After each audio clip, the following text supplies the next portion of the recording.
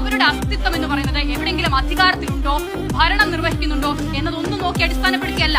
ആ പ്രസ്ഥാനം രൂപപ്പെടാൻ, അത് ഈ നിലയിൽ കാണുന്ന ആശയ സംഹിതയിലേക്ക് പരുവപ്പെടാൻ പോലും കാരണം എന്താണെന്നുള്ളത് നമുക്കറിയാം. ചരിത്രാതീത കാലം മുതൽ അത് തന്നെയാണ്. ഒരു കാര്യം കൂടി ഇപ്പോൾ ഈ വർത്തമാനകാല ഇന്ത്യയുടെ ഒരു സാഹചര്യം കൂടി ചേർത്ത് ഞാൻ അതിനെ വിശദീകരിക്കാം. ഇപ്പോൾ ഇന്നലെ മെയ് ദിനമായിരുന്നു, തൊഴിലാളി ദിനമായിരുന്നു.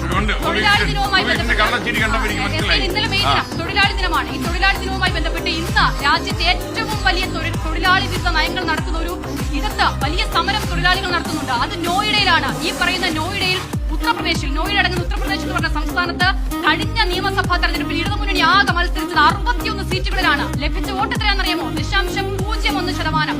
കർഷക സമരം നടന്നു ഈ രാജ്യത്ത്. കേന്ദ്ര സർക്കാരിന് എല്ലാ നിലയിലും അവർ തീരുമാനിച്ചുറപ്പിച്ച കാര്യങ്ങളിൽ മുന്നോട്ട് പോകുന്ന ഒരു സർക്കാരിന് തീരുമാനത്തിൽ നിന്നും പിന്മാറേണ്ടി വന്നു. ആ കർഷക സമരത്തിന് നേതൃത്വം കൊടുത്തത് ആരാണ്?